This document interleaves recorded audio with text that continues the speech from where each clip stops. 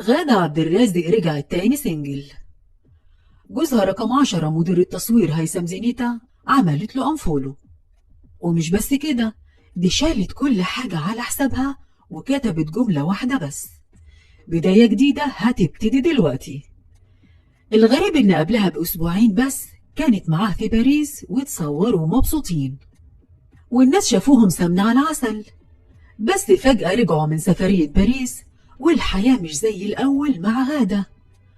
أولها راحت معتذرة عن مسلسل تلت التلاتة اللي كانت هترجع بيه لشهر رمضان، وطلع كلام كتير عن مشاكل مع المنتج بتاع المسلسل عشان غادة عايزة شغلها يتصرف عليها بشكل كويس يرضيها ويرجعها تتصدر بعد ما وقع عليها آخر كام مسلسل، وما بقاش عندها مسلسلات تفرقع مش زي حكاية حياة. ده غير إنها مشغولة دلوقتي بتصوير